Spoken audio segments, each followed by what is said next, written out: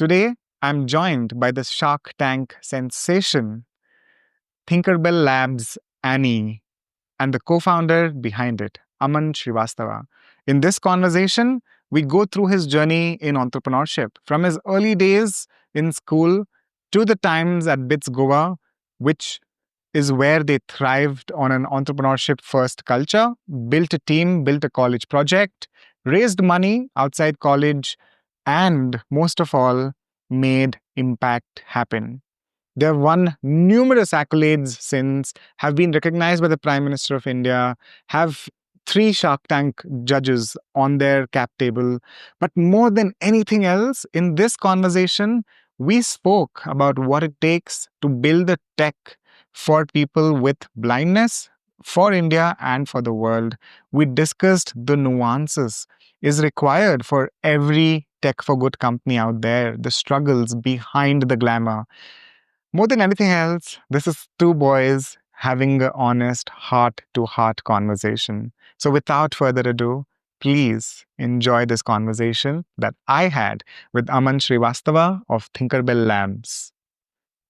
Aman, welcome on the podcast. Thank you so much for having me. What were the conversations around the dinner table when you were growing up? So, to give you context, my father was in the Indian Air Force and my mother is a PhD in organic chemistry. So, it's always been, they have always been working towards grand things like nation building and talking about those. So, the conversations while growing up were always around what can you do beyond the usual pursuit of money. And so yeah, that's what the conversations were about. They were always like, oh, you must do well in academics, but always look after all the other aspects of um, what is around it, right? The people, the um, yeah. So people, sports, they were like usual topics of conversation. Yeah. What sports did your. So my both my parents play sports. So my father literally plays every sport except for basketball, and my mother is a national level basketball player. So Oh, they respect each other's territories, huh? yeah, yeah. So yeah, I play almost all sports except for I would say volleyball and golf, but most everything else I play. But yeah, that's what was part of the conversation growing up. Damn, yeah. You've changed 9 schools. Yes. Whew. Tough to keep up friendships that way, yeah? Yeah, after a point, I mean, until social media came in, nobody really was able to keep up friendships unless like have a correspondence that you can actually write to them. Were you one of those who No, wrote letters? No. no, I mean, I wish, but normally what would happen is your friend would also get transferred, right? It's very hard to keep track of their Their location as well location. and their address and stuff. So I think until class 6 or 7, I don't have a single friend. I don't remember. Class Single. 6 or 7. Yeah. I only have friends after class 7 who are people who I met. Coincidentally, 7th to 10th was in Bangalore itself. The people that I had met here, some of them have made it. We are still friends, but otherwise, it's been a challenge. It is a major challenge. First of all, adapting to every new place that you go to, every new school that you have to make space in, and make new friends everywhere you go. Yeah, that's almost like a new school every year. Yes, every other year, but yes. So 2 years is almost 2 years, two to yeah. 2.5 years. I would move. But BITS weirdly has been at the cutting edge of a lot of things, yeah? Uh, Yeah, most of it was yeah. because of the attendance. Yeah. No, everybody in college, they were always thinking about, um, you know, either they were focused on academics or they were doing things and projects and really interesting, cool things that would um, make it very clear to somebody why this guy is not paying attention to academics because they would be so engrossed and working on such amazing things outside of it. And it was diverse, like, all the different fields people were working on. Could be computer science, it could be mechanical engineering, it could be anything, like, and people would just go so deep into it. So it was a wonderful time that way. Yeah, lots to learn, just seeing how people were doing things. Lots of businesses had started on campus in our first second year itself. Yeah, tech projects, so obviously were there, like, continuously people were trying new things. And yeah, I think that sort of just crazy amount of exploration, crazy amount of, like, uh, okayness with failure. I don't think I've seen anywhere else. Yeah, yeah. I think BITS students are okay with failure. They're not made it to the IIT, so they're like chill. Yeah, ho gaya. But- you know what the good thing about BITS is? It's like just the right space, right? If you're in the IITs, then you have this existential crisis because everyone else is a topper and the best of the best. And at BITS, it's a little more relaxed because of that. Nah, that's not So the you case. don't, not the case? No, at BITS Oh, also people are like that. Also. really? Yes. Oh, damn, man. Everybody I knew was like either their school topper or You had the their, right set of people. See, yeah. you didn't have So too much fun in BITS. yeah, no. So everybody I knew was either their school topper or they had not gotten the exact seat they wanted in an IIT or NIT. That's why That's they why were, that comes. because Sanskriti, I, Dilip, so we are Yeah. batchmates. We're all computer science. Uh, like each of them could have gone to any school, any college. Oh, Yeah. So Sanskriti had an IIT rank also. Uh, Dilip also, I think, had a very top. I think he was top 100 or something in Karnataka. So he could have gone to anything in NIT also. So uh, that's the group. The cohort was intense. In fact, in computer science specifically, there were um, like incredibly hardworking people who had made it there. So yeah, I think the weird part about the Indian weird part. education system, weird part I would say, and I work in education, so I understand some of it now. But is that you test people on PCM and then make them decide on Yeah. what engineering degrees you want to do. But yeah, so the cohort was very interesting. People were best of the best, and BITS is a particularly meritocratic system, right? Like, because of which people either within the first 2 years figure out what they want academically or what do they want non-academically, like which like track to pursue. But all this while also having the cushion that is a college, right? Because when you're out of college and you have bills to pay, that's a very different environment.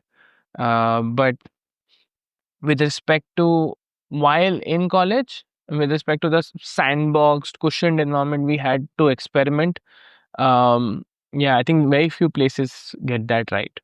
Okay, what can you do? What problems would you solve if you could do anything? Yeah. So that's what college life was like.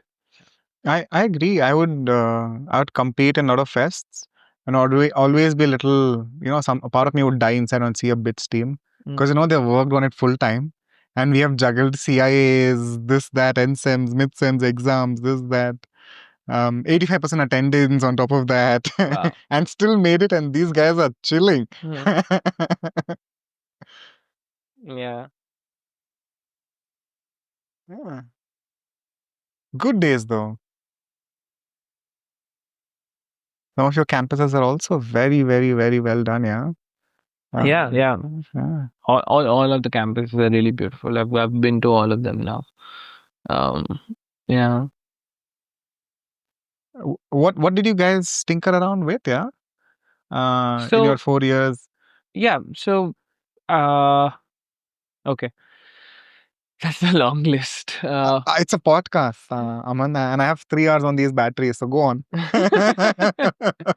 Yeah, it's a long list. First year itself, we were playing around with natural language processing, which we were What does making. that mean? So natural language processing is it's become very common now, right? How GPT works and how it understands what you're saying, right? Like 10, 12 years back, the world was still figuring out how to make sense, like how to create programs that can make sense of what you're saying. In fact, the technology 12 to 15 years ago, like, oh my, now I feel how so old. I was in college You've grown up. in 2012 to 2016. And in 2012, um, like you could only program a computer to figure out whether something is positive or negative. Hmm. Like sentiment analysis is what was called, and there are very few techniques to go beyond that. All this summarization that has come up now, or GPT being able to understand what you're saying, figure out what you want, like intent, all of those things are relatively, they came much after. And at that point, so we were playing around with sentiment analysis, uh, and going to hackathons with whatever we had built. So I remember one of the early projects that we had won this hackathon with, and it was uh, basically a political campaign analyzer. So what it would do is it would take social media feeds, um, sentiment, they classify the sentiments on a geographical basis, and it would tell ki, okay, in this geography this kind of sentiment is there around a certain topic, and you can very easily plot it with different kinds of media. So we had done it with Twitter at that point of time to start with, and that had won the hackathon in college. And that's actually how we got started doing different things. And in fact, in that team, How much money did you make in that? I don't remember actually. Yeah. It was not much money. We did, however, got this Dutch. I remember, yeah, Dutch. some Dutch researcher had reached out to us after that, and we sold something to him. I like how you make it all. Yeah. No, we like Uh, he was also interested in sentiment analysis, and I was part of many groups, and I was talking to various people about it. So this guy came out of nowhere, and he's like, yeah, I'm looking for a product like this. So we just built another version of it, just sold it to him. for? Yeah, it was some small amount. I don't remember exactly, but it was some very tiny amount. But main thing was for us at that point was learning, right? So two projects with an LP. After that, we started looking at. So we were Python developers, like at least Sanskrit and Python, and me and Dilip had various ideas, like lots of like he had started learning front end, He and had what? he had started learning Okay, front end like okay. HTML, Uh, CSS, JavaScript, and at that point Ajax. And yeah, so he basically was looking at several very interesting ideas, especially like I think so like trip planning, say like he was just literally we were going through many ideas at that point of time. How this came to be is what uh, is the Tinkerbell? so We'll come to that. yes, Yeah, but tell okay, me more about this motley group in college, dude. You yeah, like get together in hostels and yeah, smoke up and yeah. discuss all of this. Yes, so most of it was, yeah, everybody was super interested in learning overall. And oh, what can we build with the very little skills we have? And how what skills do we need? What minimum skills do we need to build to make the next thing? And this is what was mostly happening. And yeah, like one of my best friends from college, like he would always come to us with, oh look, this is what amazing new thing I'm learning, Yeah. and then he would share it with us, and then There's all, always that one enthusiastic. yeah. Yeah. So yeah, and honestly, that kind of group sort of exposes you to many things that are happening. It helps you also discover uh, aspects about yourself that you would not have. So yeah, that's what we were tinkering with. Lots of basics of robotics as well. In fact, I was part of there was a group called Quark Controls, which would manage the Quirk control. Quark. Quark is Okay. the tech management fest of BITS. Okay. So we were part of that, and I mean, whenever the fest came, that then we would do that. But throughout the year, we would be sort of selling and organizing tech learning workshops in college. So like you have the robotics, um, you have things like the Raspberry Pi to teach. Yeah. So Raspberry Pi is a credit card size computer, and so ensure that somebody comes in and teaches that to the students. So we And would students pay to learn that? yes, students would How do pay. you even get students into the room, dude? We would go room Oh, to room selling. room to room selling. Yeah. We would Are you go. serious? Yeah. That's Okay. what we did in first year of college and most of second year also. Like we would literally call the students to like in their floor and then be like, okay, this is happening. This will how it will help you. But if you ask my co-founder Saif, who's like a year junior, he will say that we sold a lot of things to him. It's hard to say no to seniors. Yeah. Yeah, no, to his batch, though, we have sold a lot of things. Oh, you should learn Android programming. It's the best. Oh, It's the God. next upcoming thing, which was, by the way, I feel vindicated, honestly, because everything we sold at that point of time, it would be life-changing skills to anybody who learned. Yeah. But yeah, But as long as they paid the amount and came in, you're like, the yeah. oddest part is we never got any money for Are you selling it. serious? Yes, Are you serious? that is the oddest part. Dude, people So would we make were making crazy these. money Yes, and I they know. would party on the weekend. Oh, are you serious? Yeah, so we were literally What the fuck? doing it for Some junior scammed you guys. Or some seniors scammed you guys. Is not it? no, they also didn't make any money from it. This is basically that's what I'm saying. So the way the system worked was, Uh, oh, so we were supposed to sort of create and engage the community of students in order to keep interests in certain kinds of technology high, basically. So that when there are all these competitions to go to, there are teams who are very interested, they're ready. skilled and ready. uh, One is competitions outside, and then obviously our own tech fest where there'll be competitions, and so our own team has to do well, all the teams have to do well. So basically this was creating the foundation for that. You missed out on a lot of money, dude. Yes, I am very well aware. I had no idea how much like people were. How much people Yeah. were making, No, yeah. I actually had a very good idea how much the guy who we got in was making, but yeah, never really thought about uh, it Yeah. until very later, much later. कि okay, हाँ, this we could have been making this money, but yeah, Too ठीक many है. parties missed, yeah. Yeah, no, I was never the partying kind actually. Okay. Yeah, so for me, like being in Goa, the best part was literally being able to run to a beach. Yeah, relax there. I mean, my group is like that actually. My, the closest friends, all of them, are super relaxed and chill. So, except for one who's almost like the enthusiastic friend I told you about. Yeah. He is also a DJ now. Like He's a apart from DJ. being an amazing Are you software. are you only going to name drop your co-founder, is it? No, Huh? no, I will. That's soon.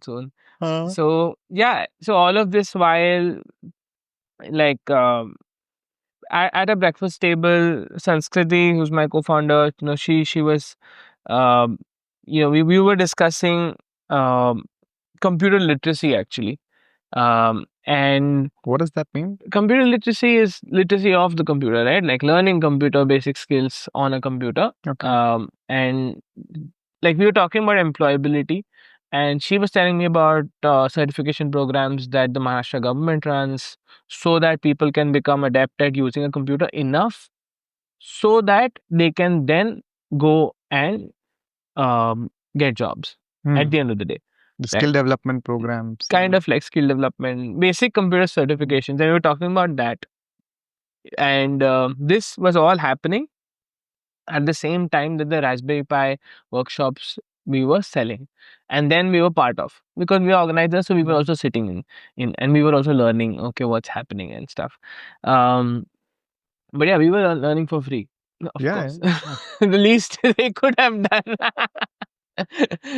But yeah, so Oh yeah, God. that at that point, through lots of conversations, we thought. So the one of our first ideas was to create affordable computers from Raspberry Pis plus parts gotten from corporates or anybody else to do computer literacy at scale. Hmm. At a cost much lesser than what was the pricing at that point. And as we were discussing that on another day, another breakfast conversation, she brought up very oddly, oh, you think we can actuate Braille with it? And for those who aren't aware, Braille is the script used by visually impaired and blind people to read. Right? It's a tactile script. It's a script which basically you have to touch and read. And and we were thinking about 7-segment displays at that point of time, and 7-segment displays is basically like a 7 segments which create different numerals. You will see them in all the old alarm clocks or all the old, the clock displays in railway stations. The large, clocks are there. So when we were learning that, that is when Sanskrit brought up, oh, can this be done to actuate Braille? And Braille is just a system of 2 by 3, like a 6 dot system, which can create any alphabet. And is Braille mostly for English? No. So Braille started as French actually. Okay. Yeah, because the guy who invented Braille, Louis Braille, he was French, and he made it as a system for the French military to learn so that they could use communication in the night without having to switch on any. This is how Braille was Like invented. a secret code. Yes. Yeah. So anyway, so she brought this up and I was like, oh, why not? And at that point, the spirit was, okay, of course, let's try this out. And very excitedly, we started researching a little bit more, and we realized that, like, we found out, not realized, we found out that the literacy rate of Braille was abysmally low across the globe. The literacy rate was around 10% in the US, 4% in the UK, and 1% in India. You mean 10% of United States population knew Braille? Are you serious? Only 10%. So which Of the entire means population? of the entire population of visually impaired and Oh, blind okay. people. Okay. But yes, if there are, you must have noticed so many accessibility signages have Braille on them, Braille on them, yeah. right? And then even in EU, if you see the pharmaceutical packaging has Braille on it. Oh, yeah. That's all regulatory. Like it is a requirement. But imagine having accessibility signage without people actually having literacy Known to to read it, yeah. use it. So that's the problem that we came across. We dug deeper and found out that those blind people and people with the visual impairments who were employed, uh, 70% of those people who were employed were Braille literate. So the correlation between literacy of brain and employability got formed there. And this is all just you guys reading up on. Yeah, this is just reading and researching, just trying to find out what's happening in the space. And as we got to know about that problem, that employability rate is low, as well as braille literacy is what sort of drives that. We started solving for that, and that is how the foundations of what would eventually become Annie and Thinkable Labs were created. Damn cool, yeah. First year. Second year. That was the first of many problems that we realized that we need to solve. Did you take this prototype through a lot of fests and stuff? Because that's how I made money during college. Okay. Yeah, find a social cause and take it around colleges and yeah, 30,000, 40,000 per fest. Like, you mean business plan fest? Yeah. Yeah, sure. Yeah. No, I mean, Is that how you guys also? Not in college. Actually, for last year of college, yes. But for the second and third year of college was mostly spent in learning more about the problem and then figuring out what is required to solve that problem. Like how do you solve it and whether our solution works to solve that problem. So those aspects took time because we were creating, so we were researching at the time, and we didn't think of ourselves as entrepreneurs yet in second year. Second and third year was more like publishing posters, publishing research papers in various places. Well, you guys did that. Yeah, yeah. So we went through the whole cycle of, basically what Annie is. It's a multimodal teaching device. It's what I mean by multimodal is it's an audio tactile teaching device, like something you can listen to and something you can touch. And we basically were creating interactive and multimodal interfaces to help a person with visual impairments learn faster. So that was what our research was about.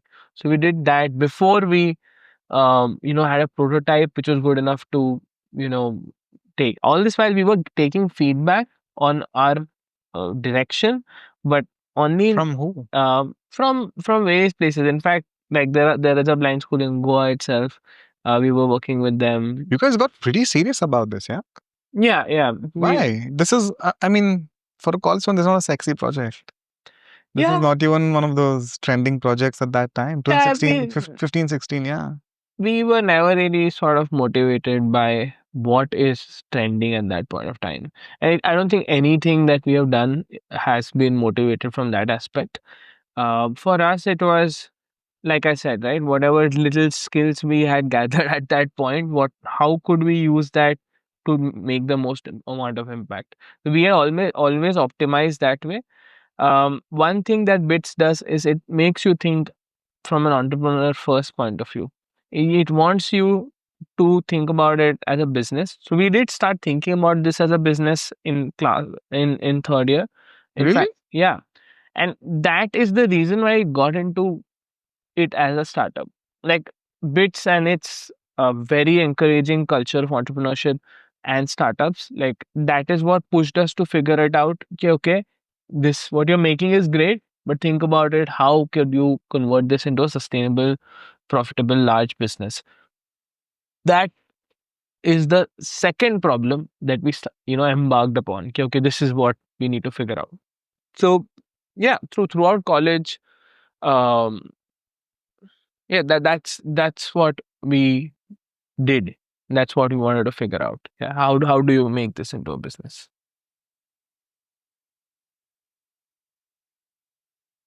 Very unusual for an engineering bunch of students to think about business so early. Because usually they make something up and they're like, oh, damn it.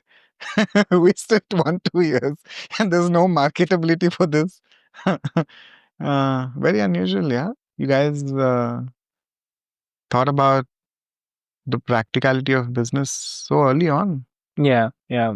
So I feel like in Very in unusual. lots of ways we had to, Had to. because yeah, I mean we could have become researchers and then continue doing that research, go outside the country.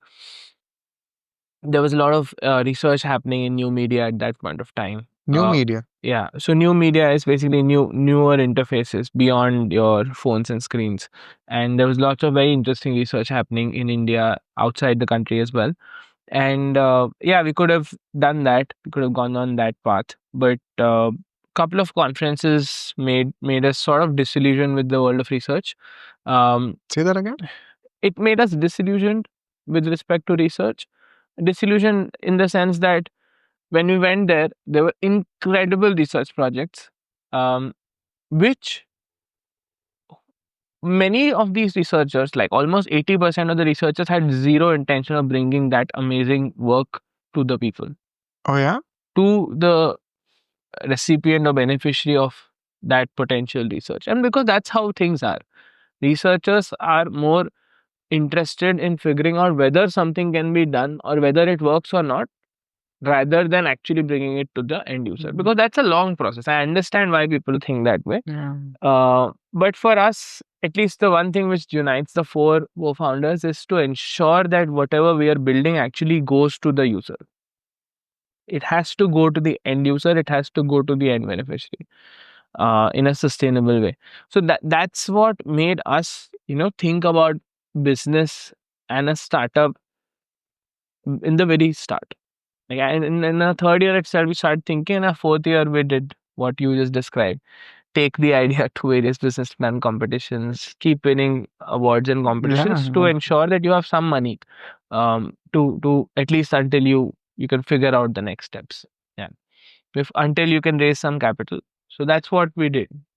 yeah. That's how I raised capital, by going to fests Yeah, yeah. and winning competitions. 40 fests in 8 states in my second year of MBA. Yeah, Wow. Okay. yeah. How do you manage your attendance? So PS where I did my MBA, they had this unspoken of rule saying that 5,000 is the budget per student if they want to get into any extracurricular activities. Okay. There were 200 students and nobody bothered to know this up, but I knew it. Mm-hmm. So I told my HOD, look, nobody else is claiming it. I might as well claim. So I'd go to her every Monday, Tuesday saying, ma'am, flight tickets, please sign. She'd sign. And my flight ticket, everything was covered by the college. I'd go to these states multiple times, multiple colleges in the same state. And my pitch to my college was, I'm your brand ambassador. Mm. I can talk. I look good. Back then, I was even more fitter. And I'm like, I'll talk about PS, Mm. and we'll get good exposure and all of that. And the dean and the HOD bought it. They're like, yeah, okay, you're the only student going, go. So I would keep going to these fests, and I would come back with a trophy, with a certificate or two, Mm. and I would give them check. I would keep in my pocket. They wouldn't know. So that's how my entire second year went. Yeah. This was MBA. This is MBA, yeah, a lot of money. Nice. That's why I got my MBA free. Yeah. Part of it through scholarship, 6 lakhs, and part of it through this. And then there was some more for actually trying the business. But the festing is where, Aman, with feedback from real founders, real investors, that's where the idea improved. Was it same for you when you took it to external uh, events and fests and you got real hardcore feedback? Right or wrong doesn't matter. But that what opened me up. Oh, okay, this is something could be done. Yeah. Yeah, absolutely. Like we had lots of primary and secondary feedback through business plan competitions. In fact, we got our first customer there. We Oh yeah. got, yeah. So that's how, um, yeah, first customer. We got a first set of investors also from that. Hmm. Mm, yeah, it was definitely like incredible. Like the amount You of got your first opportunities. customer from that. Tell me more. Yes. That was way after though. We had already started in 2016, and this was in 2017, I think, end of 2017. Oh, you continued festing. Yeah, we were, yeah, like, uh, Nice. so the main thing is, look, we were trying to create a market which didn't exist, and we could try to create a category of early learning which was not present, right? So I feel like fests as well as business plan competitions are places where the abstract is welcomed Hmm. in a way. Um, so while most other things have clear guidelines and clear sectoral themes, most business plan competitions are Very open. very wide and open. So that's the only path you can do until Hmm. you're sort of accepted into a particular niche or a particular theme. So yeah, we were doing that quite a bit. I think Sanskrit pitched to um, a jury. One of the jury members were, I think, then Chief Secretary of Jharkhand. Hmm. And he looked at it and he was like, where have you installed this in India? And, she told him that we haven't done it anywhere in India as of Wow. now. That's where In a pitch falls flat. no, Yeah. so actually, that's what you would think, but that's Hmm. not how he reacted, right? He responded like, oh, come to Jharkhand and do it. Ah. Yeah, which was obviously very surprising for us because we were building this completely for the international market to start with. How We did were you just decide on that? mostly because when in our second year and so on, when we were doing all these research presentations and stuff, poster presentations. We had met a group of teachers and other stakeholders in Canada who had told us that in Canada and the US, assistive tech is literally bought for and paid for by the government and by Oh, federal funding, and that's the story in most more developed countries. Um, like this is across the schools and colleges. If yeah, it's an yeah, yeah. assistive, Yeah. In oh, fact, in colleges um, and jobs is slightly different regulation, but in schools the regulation is very clear. and it's not like special schools. It's like normal Yeah, K-12 schools. inclusive K-12 schools have to provide for assistive tech whatever they may need, Whatever they may need. whatever the child And this might is need. free for the kid and the Yeah, school. yeah. The Wow. teacher or the child never pays for it. Oh. The government or the district local authorities who pays for it. Yeah. So we knew this inside, so that's why we were building towards that market. How is it in India? In India, it's discretionary on the basis of the district. There are certain assistive tech schemes available um, on the national level as well, but on this, as of now, we're still early with respect to creating a service delivery mechanism which would scale. India is a massive country. Some of these countries that we have worked in are quite small. India is a different scale altogether. So the assessment, discernment, and figuring out who gets what intervention, all of these aspects, systems are still being built in India. So it's dramatically slower I would than say US it's and yeah, Canada. it's in Yeah. the more earlier Primitive. nascent age, Yeah. stages of development. Um, but in India, like we found out from our first customer, there are many innovative bureaucrats who find a way, or even politicians. They will find a way if they want to, Find a way for what? To pay for this? figure out how to do the project where a beneficiary gets this. Where a child who is in a school or in a working with a non-profit, lots of people they find the way. Okay, this is how we want to do this project. So India is actually our largest geography currently, like the most number of so India and US are the two geographies we have scaled up quite a bit, and that's um What are the numbers? If you just give me a ballparks, I don't need the so specific. we have around 300 plus centers across special schools as well as inclusive centers. So we call them any smart classes and any resource centers. So any smart classes must be around 268 or 270, and around another 30 inclusive centers, which is any resource centers, which are meant to be put in an inclusive setup. And inclusive education is the norm, and the whole direction or trend towards inclusive education is pointing towards that a child will be integrated, a child with blindness or visual impairment, Society. yeah, would be integrated rather than segregated into a different school. So that, because that's how society is, right? They have to Yeah. be with everyone, so that's how they are figuring it out. There's a lot of things to be done from an inclusion standpoint, so that's something the government is still figuring out. um, so one thing is capacity building for educators. So What uh, does that mean? so what capacity building currently is required is, currently if a student with visual impairment goes to a school, the teacher has absolutely no idea how to cater to the needs. Because that's a teacher who's been trained to teach sighted students. They have never been trained to teach a child with special needs. So special education needs is a huge sector, and capacity building is absolutely critical. Then the second thing is which is required is the relevant teaching aids that are to be given to the teacher so that they can address this child. And the third is infrastructure. You Yeah. need to be accessible. Your material needs to be completely Yeah. accessible. The school has to be built Yes, the school properly. has to be built in a Yeah. way that, yeah. I think our public spaces still do not really have some of the most basic things that make it accessible, Yeah, yeah. like We have a long way. ramps We have a long or way to go. the strips. I don't know what you call those yellow strips. that help guide a blind person on the Yeah, tiles, tactile tiles. tactile tiles. Okay.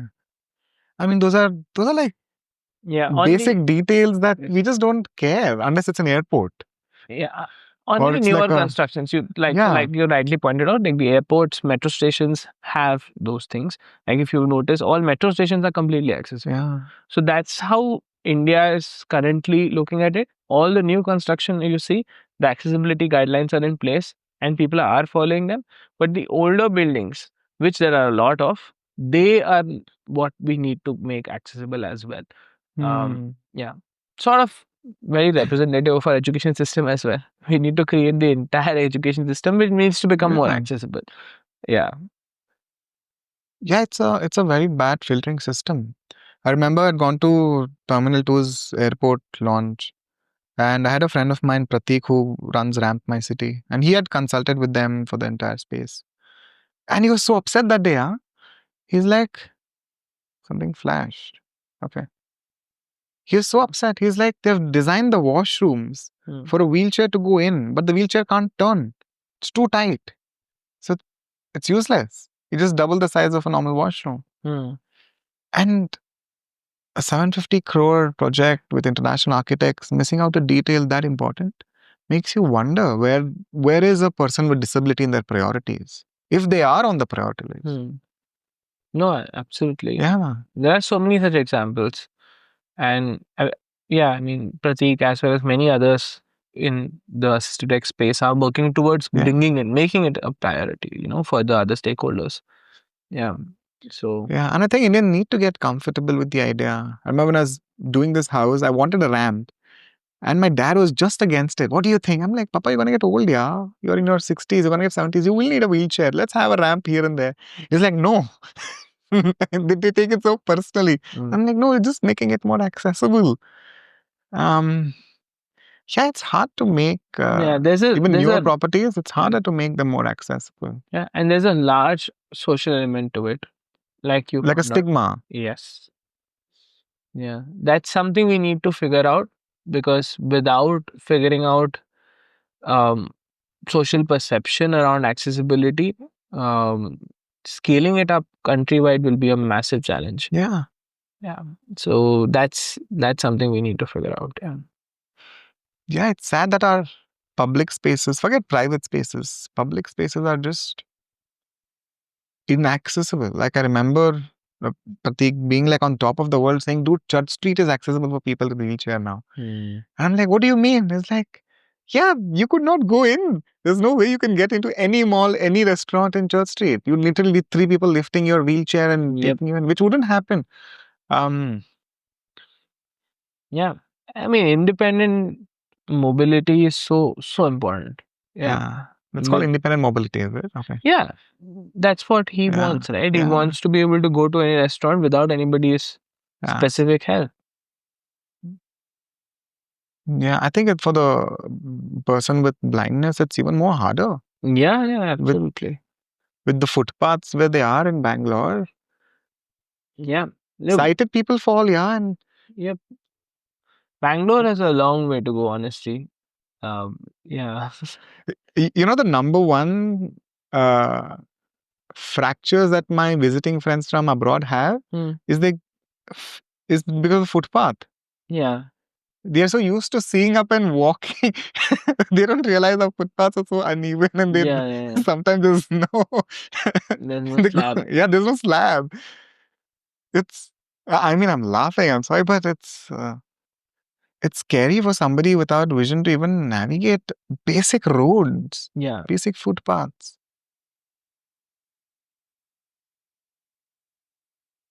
Yeah, navigation is an incredibly difficult process. So that's one of the other aspects that people with vision impairment have to learn, like how to navigate. Yeah. Independently, though, I don't think it's possible at all. No, it's possible. Yeah. It is totally possible. It just is a matter of like practice, like figuring out obstacles, and that's where the white cane and other aspects come in. They normally work in pairs, or in groups where there are people with slightly different, different degrees of vision impairment. They have helpers. They have, uh, yeah, they memorize streets just to ensure they can get from point A to point B in the most efficient way possible. Oh Yeah. yeah, I agree. So it is Yeah. possible. Independent navigation is possible. Uh, it's more of a matter of practice and, yeah, being diligent about it. Yes. Yeah, I think our cities are missing such important details.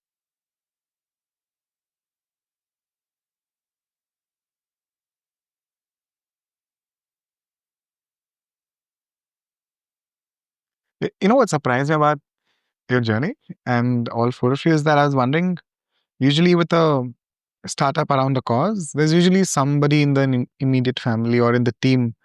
Like in Pratik's case, he went through a fall and he started the wheelchair thing because he realized I can't go anywhere where I used to go as a man with able legs. Um, it's usually like a personal story or driven by a family story. But in your team's case, I don't think there's anybody with blindness in the team at all. All of you are sighted as well. Yes.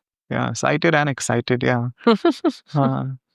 Yeah. We don't have any such personal associations with blindness, but um, eh, various people have had different reasons. So I can tell you, What's your? I would say I Don't had tell a, me Sanskriti. Tell uh, me more. I can tell you each of them actually Okay, because please. of like I am very pretty clear about each person's why. Yeah, for me, I had a blind music teacher while growing up. Uh, he would What look. instrument? I have learned quite Okay. strugglesomely. I've learned harmonium. I mean, from that guy, I learned harmonium. I did do a couple of performances as well. I was in class first, second, and third, part of class third. Yeah. So yeah, so anyway, like personal. What happened? You just brushed it aside. Yeah, like, it's something I just sort Embarrassed of about it. dropped after class 4 or 5, and I was just never continued. We all, yeah, man. It's rare unless Yeah. No, music, I have always wanted to be good at music, but I have just, it requires certain amount of focus and discipline, discipline. practice. And yeah, just I am very strugglesome in music. Yeah. Yeah. But anyway, like the story is that I had a blind music teacher and he was incredible and he taught me the harmonium, and that's how I sort of um got into you know first learned about vision impairment. Okay, what is it?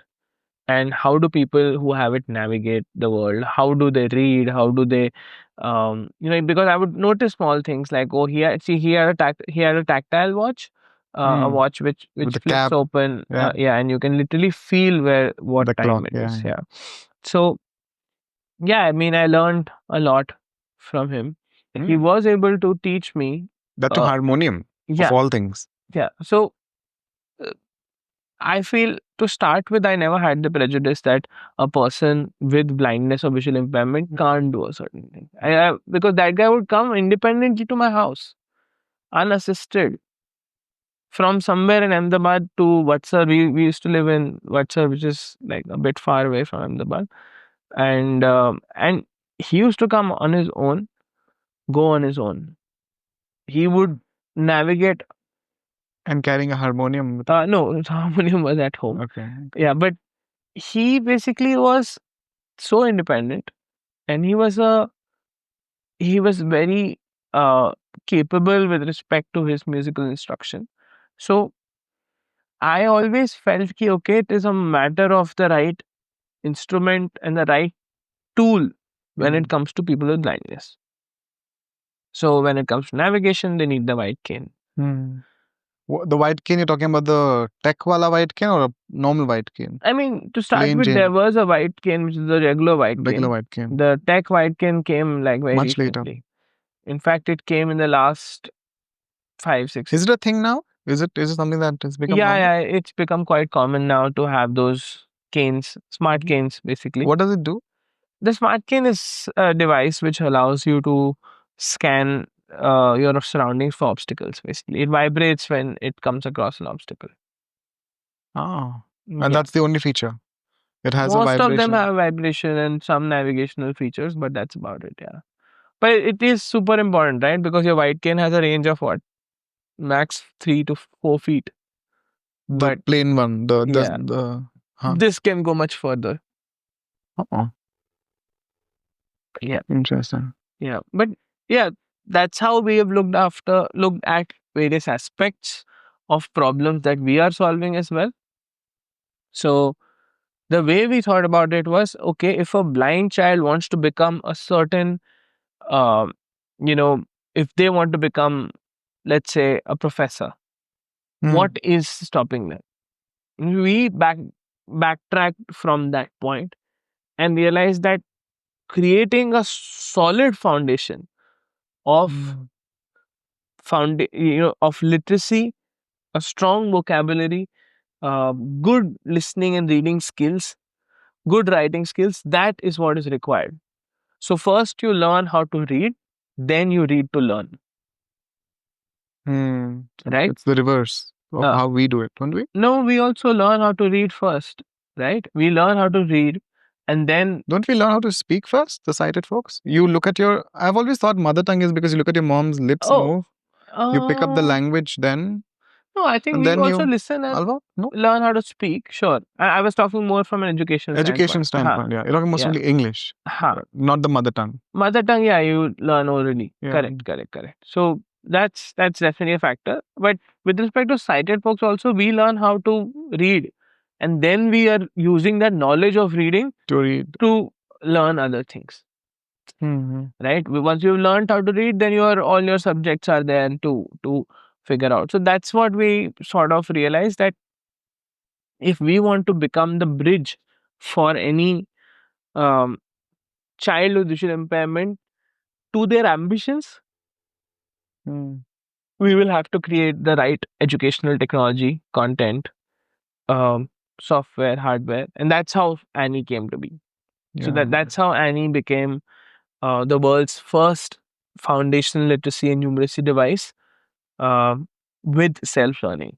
So a child can literally pick this up and learn on their own. So like you rightly pointed out, mother tongue and vernacular is key, Hmm. right? So Annie can speak to a child in the vernacular tongue. So in Bangalore here, Annie can speak in Kannada, Kannada, yeah. teaches uh, But it teaches English in Kannada? English in Kannada. Exactly. So it can teach English in Kannada. It can also teach Kannada in Kannada, of course. Oh, yeah? Yeah. So we can teach English. Is there Braille in Kannada as well? Yes. So there is Bharati Braille, which is available in various Indian languages. So there is Kannada Braille as well. But the ones that we see on the elevators, That's on all English these Braille. enlightened visiting cards and all of them, Everything is everything is English. English Braille. Yes. Ah. Yeah. So And it's all just still a game of 6 dots. yeah. Everything is combination. I mean, Interesting. yeah. So like numbers require two two Braille cells. Hmm. Um, but yeah, so on. Is any of you four able to read Braille? Yeah, everybody. Oh, yeah? Yeah, everybody can. All of us can read Braille. I mean, that's sort of what we went through. So in our early research days, we went to LV Prasad Hospital and we actually like learned Braille ourselves. That's how we figured out what is required and what is the current methods of teaching and its shortcomings.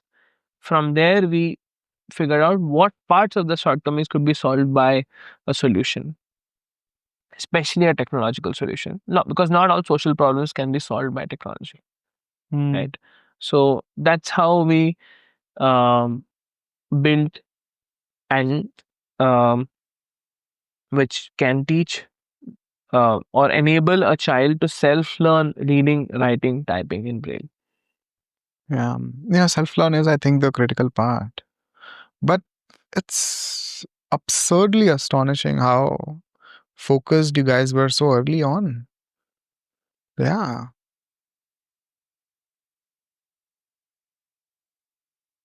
Yeah, I mean, yeah, you have to be a bit odd and outside of the Quirk. yeah, outside of the ordinary for sure to be crazy like this. Yeah. Okay, oh, I'll build something in this space and I'll also build it as a hardware device and build a hardware company around it. You have to be a little off your rocker for sure. Yeah, yeah. And build a business around all of Oh this. yeah, yeah. Yeah.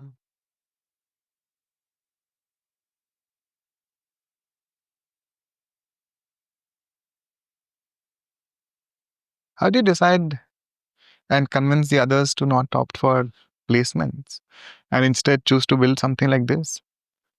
Must have been a lot of convincing, yeah? So Sanskrit comes from a business background. Like her parents run a business. Um, she never had to convince anybody. In fact, Yeah. she was the one convincing the rest of us. Okay, we Yeah. must not.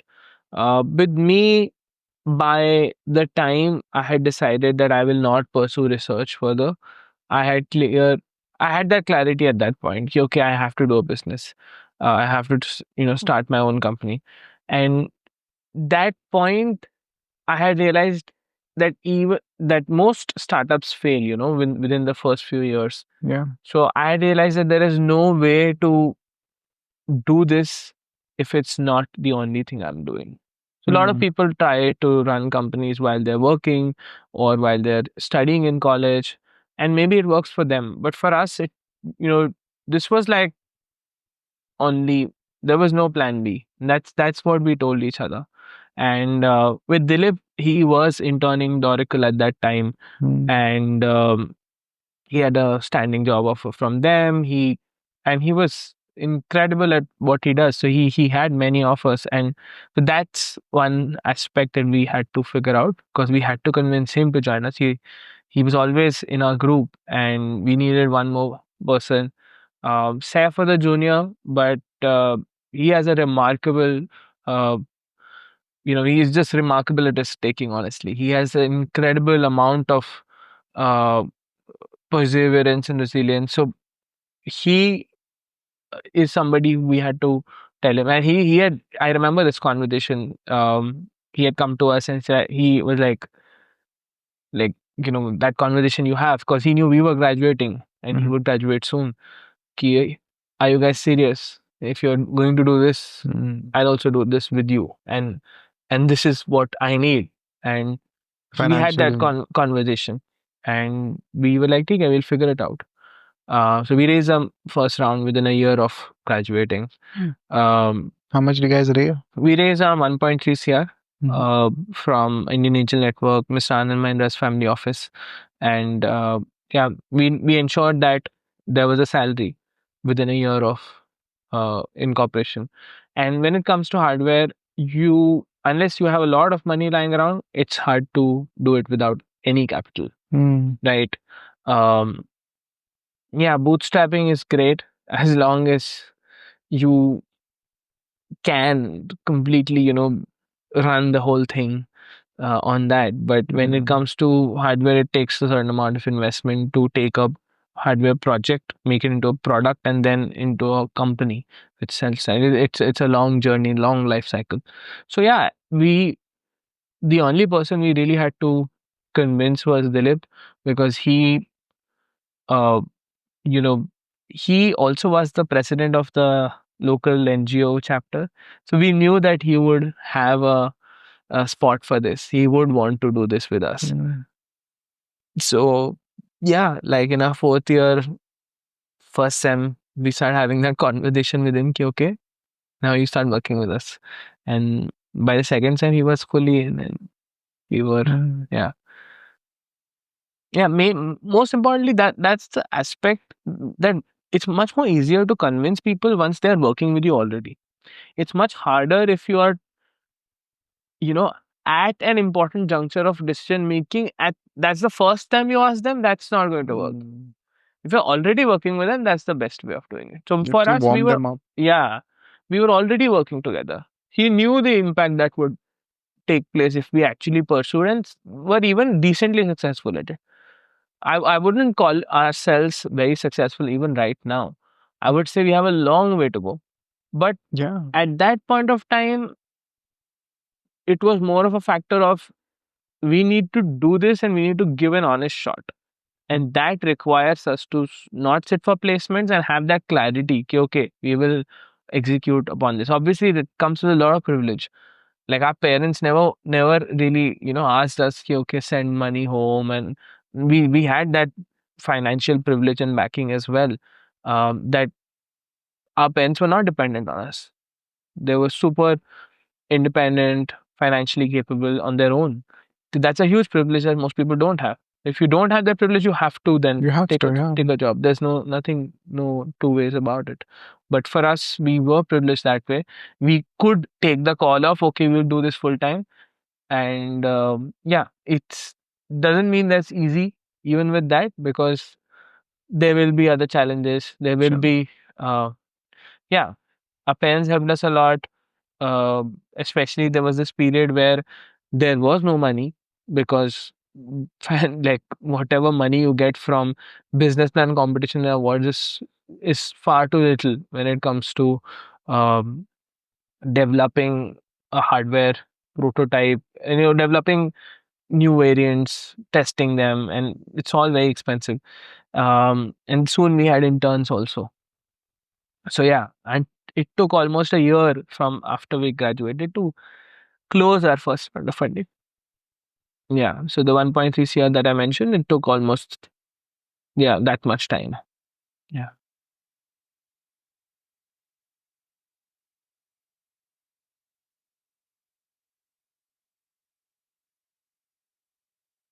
Thanks, yeah, for being so honest. Yeah, I mean, is there any other way? I don't like the whole posturing thing, and I feel like a lot of people are not able to have authentic conversations because they're trying to be someone they're not.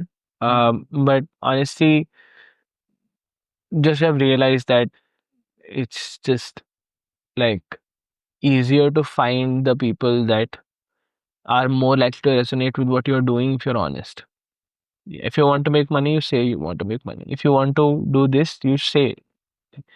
I remember very early on, one of our seniors had told us, and this is when we were struggling in college, because in bits that it's quite straightforward. If you're not paying attention in academics, it's very hard to get good marks as well. So we were struggling with getting good marks, and obviously parents were super concerned. Okay, okay, what are you doing? Do you even pay attention? And we were like struggling. And one senior of mine had come, and he was so honest about his input. And his input was, if you are studying, you better get a as high a grade as possible. But if you're not getting that, then you better have a very strong reason for why you don't have it. And yeah, I mean, we've just surrounded ourselves with super honest people who give absolutely critical feedback, reality checks, feedbacks. So yeah, I think that has taken its effect, and that osmosis has happened. Yeah, you cannot be not honest. Yeah, especially with one's own self. Yeah. Yeah. Yeah, I think entrepreneurs or those who call themselves entrepreneurs, they have to juggle this all the time, right? You have a picture that you want the market to accept, the employees to accept, the investors to accept, the customers to accept, the LinkedIn followers to accept. And then you have the real image which you have to accept and live with day in and day out. Yeah. Yeah. No, it's honestly the whole build in public thing that has come, the movement that is currently there, right? That people build when they're building, they're very public about their Very selectively, though, still. Yeah. like they are selective, of course, but I feel like that's all new That's all because social. I No. feel like that should have been there from the get go. I feel like that's one of the best ways of doing it if you do it properly. Like you said, if they are being selective, then they're not being true to it. But the more open you are with your struggles, the more likely you are to find out somebody who will help you out. Like that's just how it is. If you posture and you are, you are different to each person, each stakeholder. You can have different messages. You can have different messaging. Narratives can be different, but you still need to be authentic. Yeah, it's hard in a lot of businesses. I've had guests who've come here, had a great conversation, and then call back and say, "Don't publish the episode." Oh, You'll hurt my business. They literally say that. Don't publish it. It'll hurt my business. Keep it or delete it, but don't put it out there. Okay. Yeah.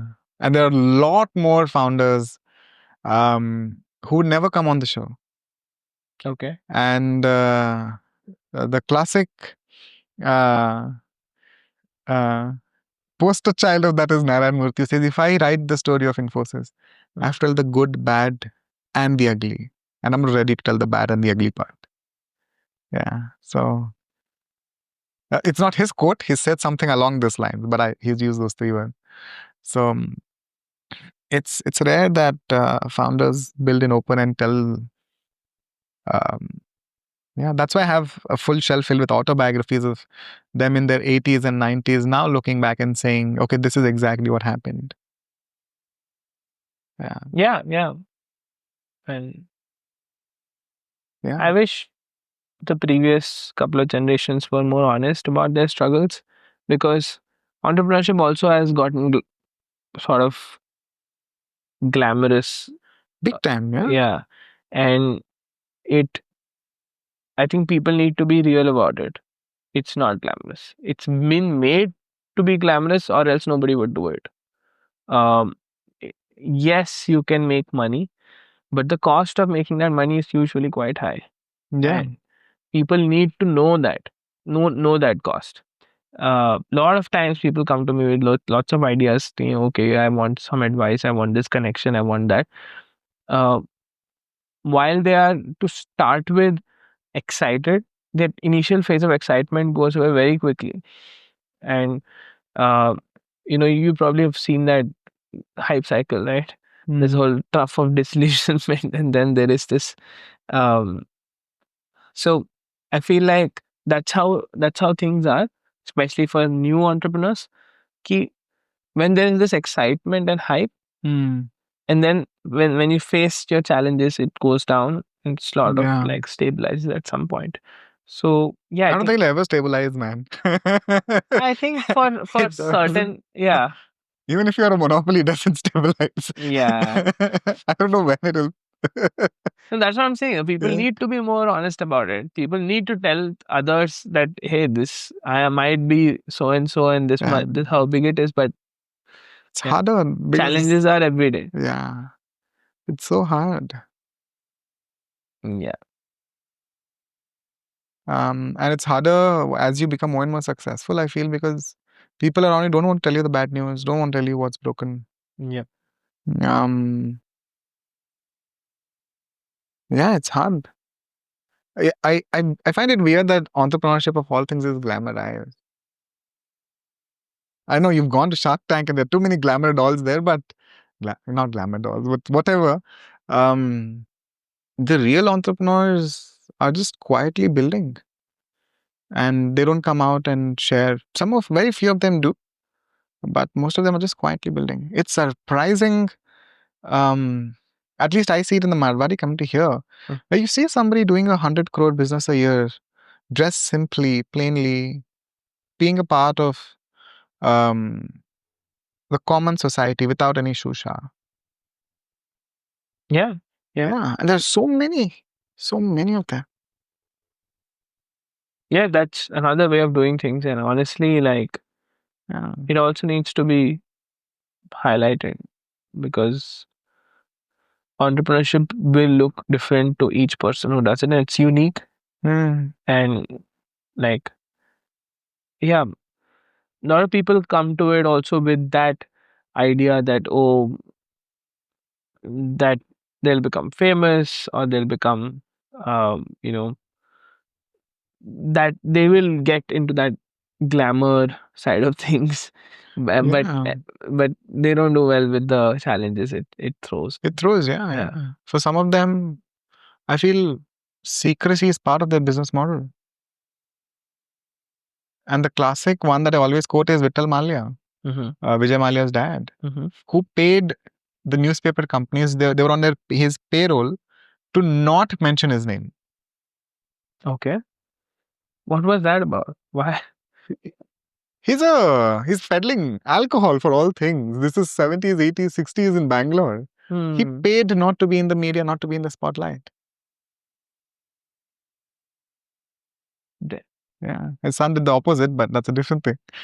Still this He had dude. enough of it. He was like, Um, yeah, he was like, no, no more being out of the spotlight. yeah, yeah. Yeah, He's like, I want the sun to shine on me all times. yeah, yeah.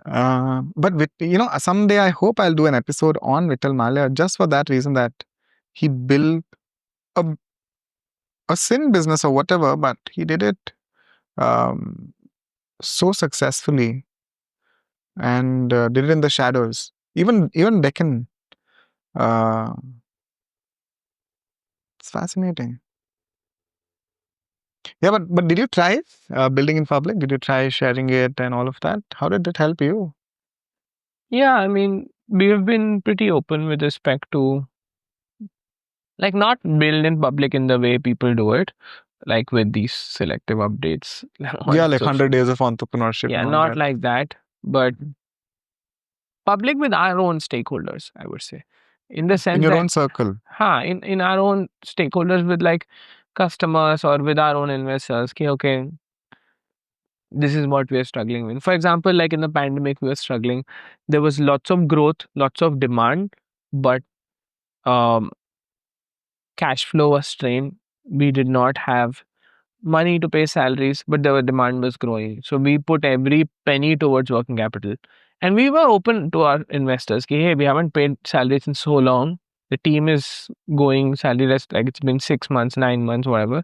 And we had to be honest because, Yeah. had we not secured some, a large contract or some major orders at that point of time, things wouldn't have worked out. So we have to be honest. We're like, hey, this is what has happened. And now some of our investors are the biggest proponents of our work. They talk to others about how we went without salaries at that point of time, which was a very critical part of the company. We would have never have reached the stage where we have today if not for that part. Yeah. But how do you manage a team with 6, 9 months of unpaid salary? How do you keep them?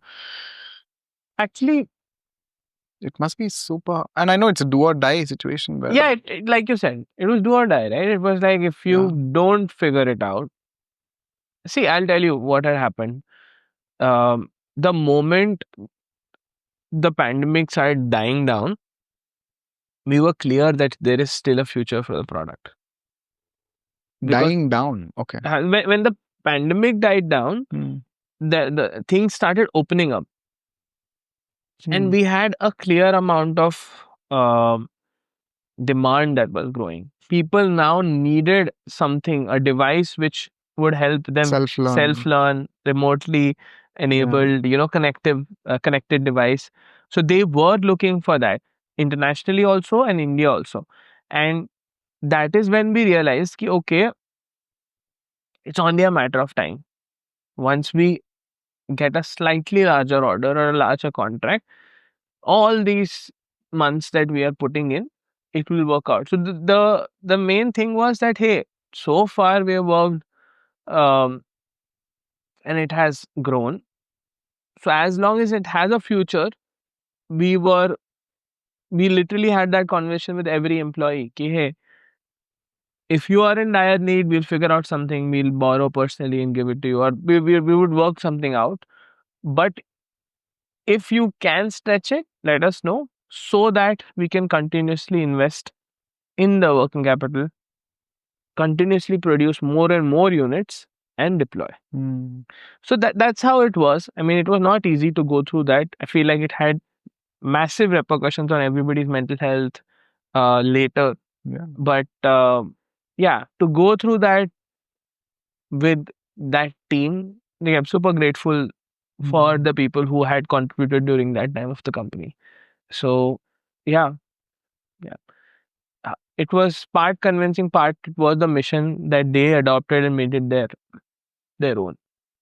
And them taking up the mission with that much diligence is something like, yeah, it's it, it's completely priceless. Like, that people, and I feel like that's what is required. At some points, there will be points where um, the problem that you're solving is so big that you have to put in everything that At you stake. have, and you have to put everything at stake, because Yeah. there's no other way of solving it. And at that point there was no work life balance also. Yeah. You have to put in everything, all your hours, all your money, everything, and you have to hope against much more. This is currently, it's such an optimistic time, but at that point, middle of the pandemic, with all Yeah. the news that was there, it was just hope driving everybody. So I think that really did work out, and uh, super grateful for at how things went by. But yeah, yeah, I think mission drivenness does not get tested until things go bad. Actually, Yeah. things when things are good and cheery Mm. and it's sunshine, it's everybody's mission driven. Yeah. Yeah. I really like how it looks though. It's really cute. Oh, And Annie. yeah, Yeah, it's yeah. So it's it's been designed in a way that it looks like a gaming a console. gaming console. Yeah, yeah. Yeah. Very cute. It's fun, playful. It's also made to be put into an inclusive setup where the child will be studying with um, other sighted peers, Mm. and so it should look cool. It should look like a you know device. It shouldn't look like some special device for the child, or Mm. because they're using it because they're blind. It has to look like something which would, Like a toy, but a yeah, little fancy. yeah, but like a toy video game basically. Mm. It's like a video game. Yeah, that's how we designed it. Yeah. You got not only the design right, you got the brand ambassador right. Yeah. How did that even happen? Um, and I love when the Shark Tank episode came out, it became a conversation point. And even for the research of this episode, speaking to a few persons with disability, and they were able to recollect Prathamesh so vividly. It was a big risk for you guys to have him be a part of a significant part of that pitch. Um, and I'm glad that you've got a 10, 11-year-old who's that confident in public speaking and everything. But how did you guys cross paths? Why did Oh, you decide to make him the brand ambassador? yeah. Well, he was in class 3. Um, must have been age 7 or 8 Yeah. when Annie was being installed in his school. This is Pune? Yeah, no. Okay. He is from Pune, and his school we were installing in, and Saif was doing the deployment and training, and this kid, very young child, sort of wiggles his way into the training, and he's like, I also want to be trained, and he was quite young at that point of time. And I think that particular day, the training was being done for class 4 and above, or class 5 and above, or whatever.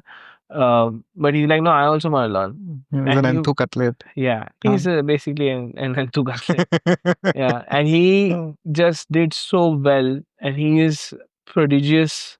So he picked it up, and quickly he was able to teach others.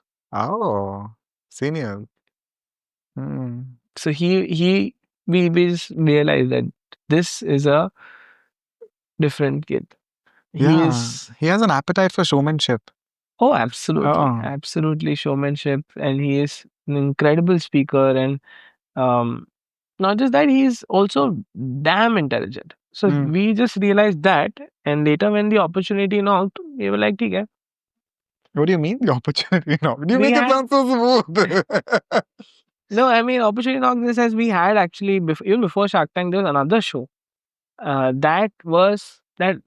The DD TV show, No, the Champions or something. DD though had happened in after Shark Tank. Before Shark Tank, there was supposed to be another one which was going to be like Shark Tank, uh, which was also supposed to be a um, you know pitch plus funding type of entrepreneur show, and What it is was it called? Do you recollect? no, so it didn't actually come Oh, to. didn't even air. It didn't air. Oh, okay. Yeah, and the show, like the producers, and they had reached out to us, and we'd gotten selected for it. Um, it was for actually that show we worked out all the specifics, like, oh, we went to Pune, we shot with where our manufacturing was done, we shot with Prathamesh with the whole story thing and aspect. And that is when we got selected for Shark Tank. And then somehow Shark Tank beat the other show to market. It aired before. So yeah, I mean, that's what I mean by opportunity knock. Like there were many such opportunities at the same time, but Shark Tank is the one which sort of made it very big. And yeah, obviously Sony has incredible distribution across the Oh, country, right? And TV has this had this hold over Indian public. You know, in TV pe aaya hai to it's legit. We had been featured in various things until now. News channels. News channels, your online media of the world, print media. But TV is the thappa. TV is something else. Once you're on TV, you're much more legit than anything else. Credibility increases, and like you said, it became a conversation point. Mainstreaming happened of the problem. The problem was no longer, array, only non-profits need to think about it, or only CSR needs to think about it. No. Everybody has to think about this problem, because this is how important it is for a visually impaired child to attain his aspirations. So when Prathamesh came and said, I want to become an IAS officer, it became super obvious to everybody that yes, children with blindness can achieve anything. And second, it's just a matter of the right tool, the right product, and the right, what do we provide to them? What medium and what tool do we give to them so that they can achieve that end? So that's what we I feel like that's what became mainstream at that point. That's what Prathamesh and us sort of achieved. So I'm very, very, very proud of that moment in our journey. Which it was made you guys stand out also, and yeah. And Prathamesh was relatable to the average Indian. Oh, The absolutely. Aam Aadmi was able to relate. Yes. Yeah. That was a very well crafted but risky decision, because I think the entire 20-minute segment which aired, I'm sure it would have been an hour and plus shooting, but I think most of it got, or at least a good half of it got taken by Prathamesh's bit. So, yeah. Had he tanked, the pitch would have tanked. And I think the demo also didn't get through in the video, but his excitement after getting it right. Yeah. So they actually take like almost like 2 hour footage. 2 hours? Yeah. Oh, it went that long for you, right? Yes. So you are in the tank for 2 hours, and the demo is longer. The conversations and the questions, everything is longer. It's just that the final cut is 12 to 15 minutes, but the conversation is much longer. It feels like 4 to 5 meetings sort of squeezed into one. And they ask so many questions, and only the stuff that is more relevant to the general public and the crowd and the mainstream audience of Sony makes it. The conversation actually goes all into the depths of your business, of each aspect actually. Yeah. What's exciting about it, obviously, when you look at the show, it feels like, 15 minutes में किसी ने check लिख दिया, which is obviously not how it is. That's how glamour works. Exactly. That's how glamour works. Yeah, but that was definitely a huge pivotal aspect of our journey. Like Prathamesh mainstreaming it, and just making it absolutely, and just killing it on stage, making it very, very big. But I think that he would have eventually, because its kid is just absolute genius. But he's got that spark for showmanship. yeah. And he's a very good salesman. Yes. Oh my God! I also heard the interaction with Prime Minister and how he was able to, drive the point that During COVID, I was able to learn, continue my learning. Yeah, he was one of the Yeah. few children who had Annie during the pandemic. Very few children. Mm. In fact, pandemic drew a lot of like sort of ensured a lot of growth for us because there was thousands and hundreds of thousands of children who did not have any such device. Ah. But he did, and Yeah. so he had a very different experience. And it's not a, it's more expensive than my iPhone, yeah. The device, Yeah. that's just a project based pricing. If we don't sell Individually? individually. Oh, it's not retailed at Yeah, all. yeah, yeah. It's not retail. Oh. It's only install in projects where we are also giving them assessments, trainings, multiple Yeah. other services, and it's all combined. Yeah. Yeah, I think we'll get into the business model in a few minutes. Um, it's interesting how people, I don't think, remember Tinkerbell Labs from the episode, but they remember Annie and they remember Prathamesh. Yes. You feel that too? Yeah, absolutely. That's how we intended it to be. Yeah? Yeah, like for us, as long as they remember Prathamesh and Annie, that's good enough. In fact, that's ideal. Yeah. Yeah, Prathamesh and his learning companion Annie. Hmm. Yeah, you guys, I don't know how intentional it was, but um, it's amazing how brilliant you guys could show through a demo and a customer to vouch for you on stage.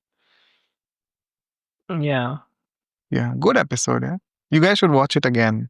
It will bring a smile to your face multiple times. yeah, absolutely. Like I like. I have not watched all Shark Tank episodes, but I've seen mine many times. Yeah. Yeah, Which part do you rewatch? the whole thing. Because we only remember standing for 2 hours Getting grilled. and getting grilled. But that shows us in such a good light. Wow. Oh, yeah. It does not show all the other tough questions or like long winded answers. So many things. Yeah.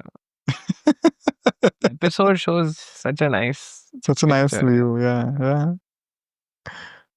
Unlike this episode is showing everything possible. Yeah. Yeah, different audiences, different Yeah. perspectives. Yeah. Here I'm talking to the editor, talking to the main person. There are Hmm. teams of editors who have no access to. Their narrative will be driven by their own business. Yeah. Yeah. Here you decide what makes the cut.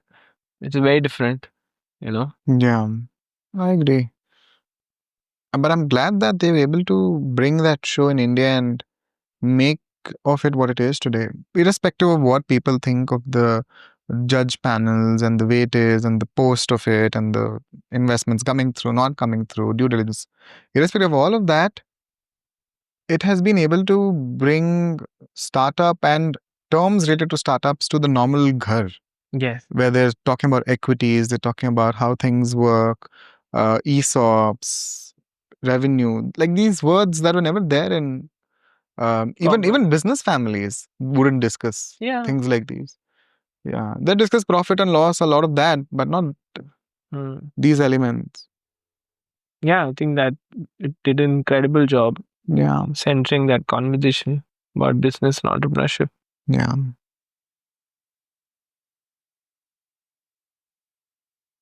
I was going through, I think, 500 comments on the video, Mm. the episode on YouTube, and one of the things that the audience members felt was you should have just taken just taken Piyush and nobody else. And I wonder, it's been, I think, 2 seasons now. Yeah, this is third season's over. So, how involved have the Shark Tank judges been with you guys, and what's the equation with Piyush now? So Piyush passed the deal to Lenscard, and Lenscard is a company, is an investor now. Ah, Yeah. So you see, all that happens in the Shark Tank episode That's one thing. Later, what happens is they have detailed meetings with you Hmm. to find out more about the business, find out where you need help. So we do have, we speak to them frequently. Uh, we have access to all three of them, and Direct access? yeah, yeah, Like direct WhatsApp access? yeah, yeah. Okay, So nice. direct WhatsApp access. I mean, depends, right? उनके भी तो assistants हैं, and like they'll reply when they have actual time. But we have access to the three of them, whatever is required, and obviously they have their own capacities and time, and how whenever they can help, they do. With referrals, with specific advice whenever we require, with shout outs when they can, with actual visits to schools as well. Oh yeah, Yeah, that's yeah, yeah. happened. Yeah, Namita did a huge visit to one of the schools. Yeah, and we made like a nice video about it on Instagram as well and LinkedIn. Yeah, so it's so Is this the one that went viral and then people rewatched the whole episode? Is that this one? possibly, yeah. That this Okay. video was definitely Uh, viral. Like Namita and Sanskriti, they went to a girls' school for blind and visually impaired girls. Yeah, basically in Pune. And yeah, that episode also went viral, like that video. So yeah, yeah. So various ways we are connected to them, and yeah, definitely very helpful. Second other sentiment, there's one more, but the other sentiment was that Piyush would have gone all in, he'd have had more skin in the game, sort of a sentiment. Mm. Yeah. Do you feel that is still there? Or it's now that it's become a part of an institution, lens card, so just a smaller uh, engagement? We are much better off that lens card as an investor. Really? Yeah, absolutely. Because if you look at the larger industry and how it's progressing, the larger lens and glass making companies are often the shareholders or owners of the assistive tech companies in the world. So Humanware, which is one of the largest assistive tech companies in the world, is owned by Essilor Luxottica. Yeah. So if Essilor bought them in 2013, Hmm. and like Bought what? They bought Luxottica in no, 2013. Luxottica and Essilor merger happened recently, but Essilor bought Humanware in 2013. So Humanware, which is an assistive tech company. So I mean, I'm just saying there's a larger trend in the at play in the world for on the companies which are working on solutions for people with Yeah. visual impairments, basically But you know what I've also observed? having stakes in For them, yeah. I've had 2 to 3 other episodes in the past as well where this has been a pattern. And I realize when they explain it to me off the camera, it's that they do it just to keep an ear and understand what's happening. They don't do it as a way to get involved and help in as an intention primarily. It's more of one more data point to understand what's happening. That's why they put park a few bit of money in. But has that been the case with you, or have they been actively involved, become a key support to your journey? Oh yeah, they're definitely right. Yeah. And not just Lenscard, I would say all three of them. Like even just last is couple of days back, Anupam was on a podcast, Think School. I think you've heard of Think Yeah. School, right? And he spoke about TL and Think School also. So I said He's spoken about? he spoke about our company Okay. and what we do. Um, In the public media, I understand, because there's a cause and there's a yeah. recalling with this and all of that. And in a way, I think season 1, this has stood out, right? Mm. So I understand that. But personally speaking, Yeah. have you been able to build a relationship and interaction with them where Yeah, absolutely. Yeah, all three of super. them, we have conversations with them on a periodic basis. Um, like I mentioned, they help us with connections to relevant uh, partners as well as potential investors. So yeah, like their teams are super helpful and very present whenever we want any particular connection or any advice also. Okay, I'm thinking about this. What do you think? Especially when you're thinking about new product, new geographies, whom to connect to. before, or what kind of studies you need to do before you launch in a certain geography. What and as the company grows, there are lots of legal aspects, lot of organizational aspects that you require inputs on. Slowly, that those are the things we are mostly consulting them on as of now.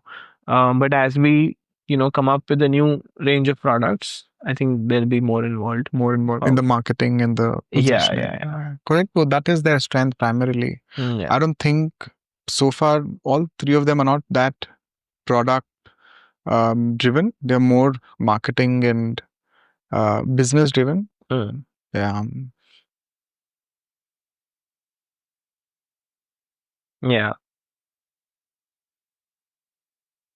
Yeah. Thanks for your honesty. Yeah. Um, Especially the WhatsApp connected. That's so silly. But that makes such a big difference. A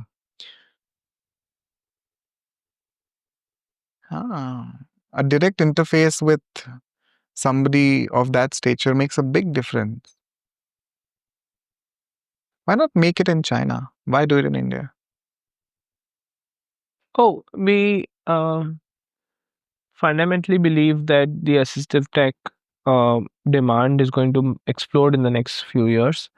And I feel so. We're big proponents of the Make in India for the World um, mission, right? So we definitely think that assistive tech is another sector, just like you had the whole IT sector that India absolutely dominated and just like became the global powerhouse for IT services in India, in the world. So that's something we want to do in assistive tech as well. Can we become an assistive tech powerhouse?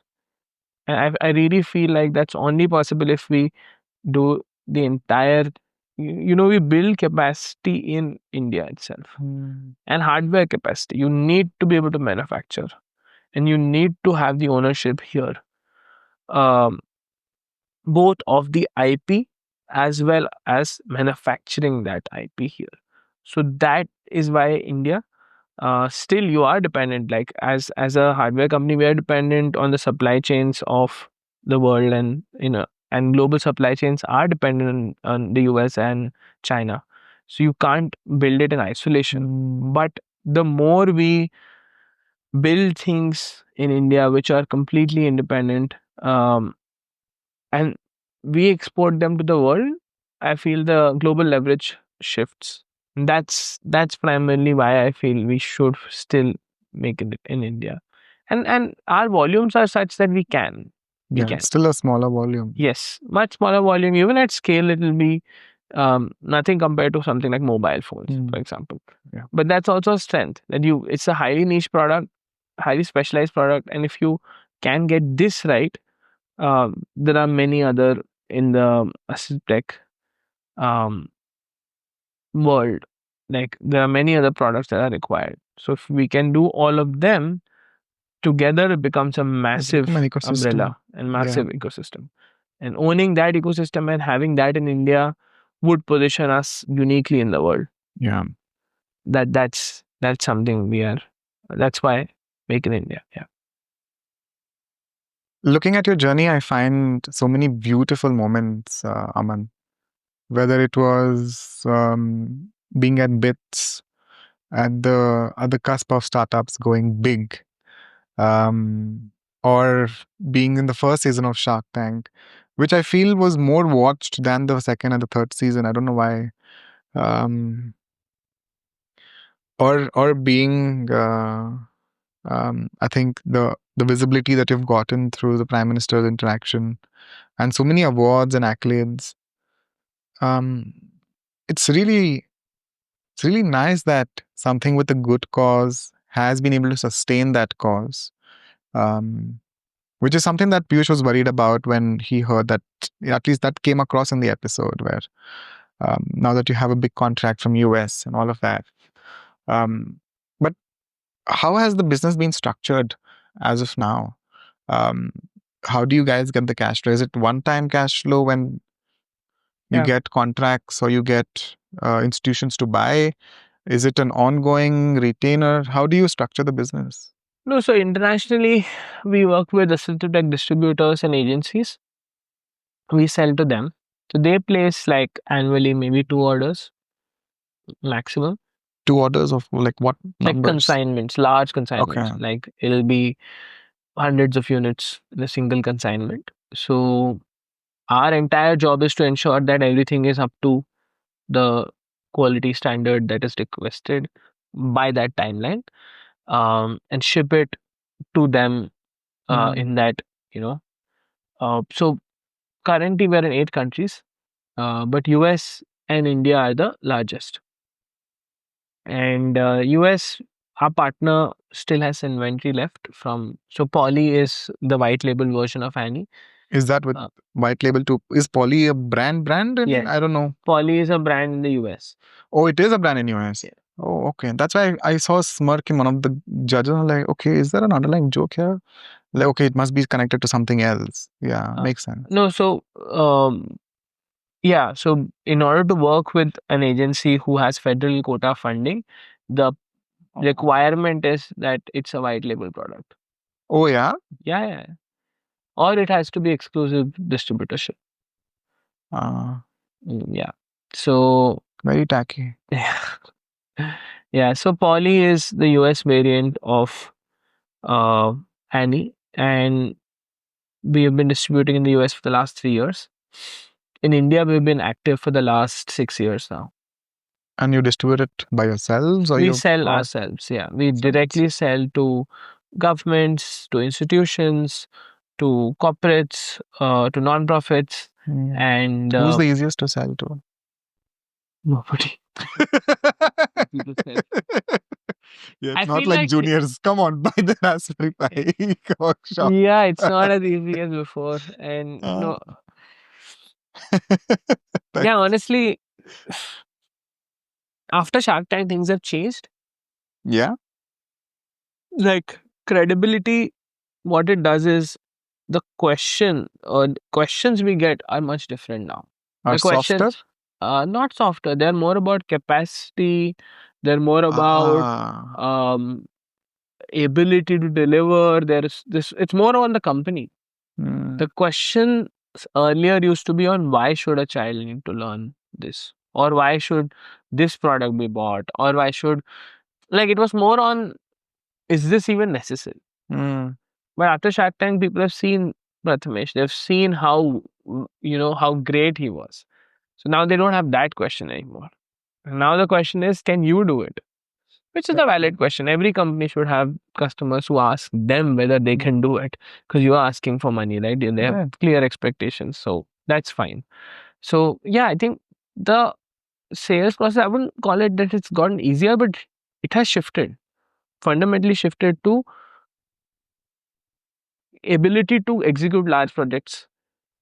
You know, our value proposition to most customers is very simple. It is, we will help you achieve better learning outcomes with your existing resources available. With your existing teachers available, will help you achieve better outcomes. Your teacher will be able to take care of more students at the same time. That's a brilliant pitch. Yeah. So that's straightforward. So that's why people understand. Now, the customer of any kind, whether it's a school, whether it's a government authority, they know what we will help with. So hence the question, what's the scale at which you can go? Because now we're looking at larger projects. We're talking to state governments, we're talking to corporates who have CSRs in multiple locations. So we have national level NGOs who are implementing this. We have Nirman, we have Enable India who are working with us.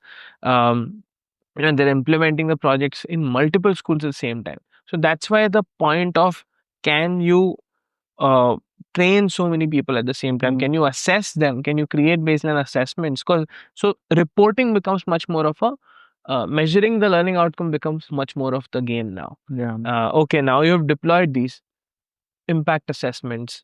Can you actually demonstrate your impact of Annie on the child's learning?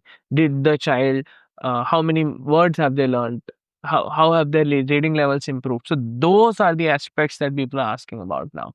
What is the global international benchmarks for literacy? What is the global benchmark for the reading levels of the child? So people have moved now, and which is great.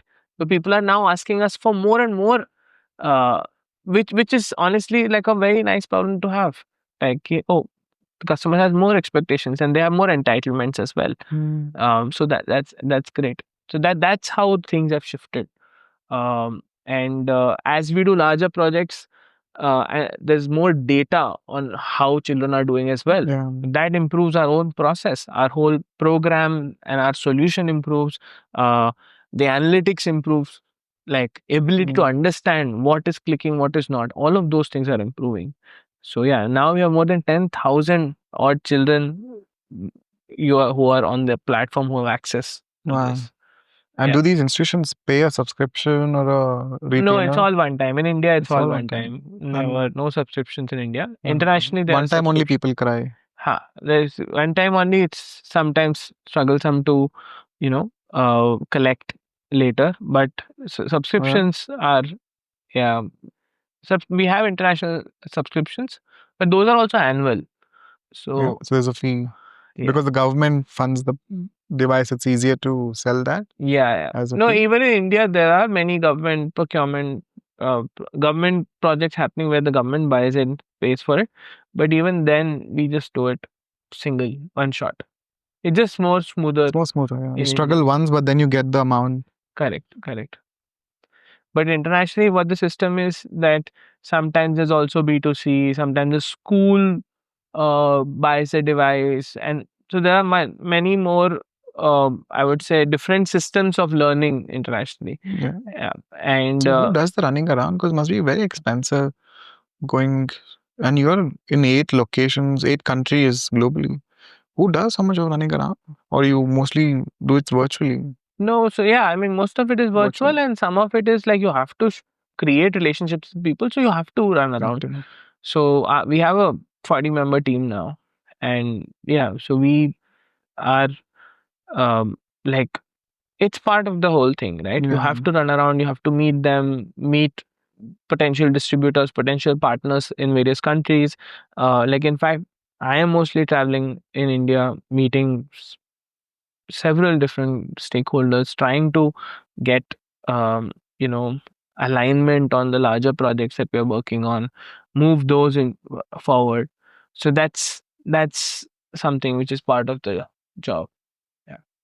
Yeah, I'm glad I chose you to do this podcast with, because you're the only one whose number I had. No, but through Rohit, through Ankita, through others, I had access to all of you. But instinctually, I felt you would be a better guest than the others.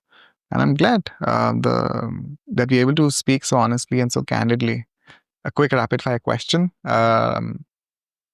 What's a book that you'd recommend listeners and viewers to read?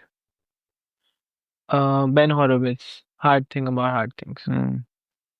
Hmm. What's a recent piece of content you've consumed that you'd recommend? Video, podcast, movie, docu-series, Netflix series. Shit, I'm actually blanking out. I think it's called Our Planet or something. I watched that recently. It's Okay. incredible. I think it's called Our Planet. It's Hmm. on Netflix. And David Attenborough's voice and incredible shots of nature. Wow. Okay. Yeah, yeah. What's a piece of gadget that you bought recently under 10,000 that you'd recommend? Under 10,000. Bought a heart rate monitor recently. Okay. Yeah. Highly recommend if you work out or you run. Highly, highly recommend. Is it a ring? Is it a? No, what it's is a it? strap. It's a strap. Okay. Yeah, yeah, yeah. Interesting. Yeah. I mean, the rings usually cost more than 10,000. You asked under 10,000. Thank you. Hard to admire. That's a new. A challenge you would throw to my listeners. It could be as short as a week, as long as a month, with a hashtag, Oh, and they'll make posts about it and tag us. oh. And I would say a creative hour.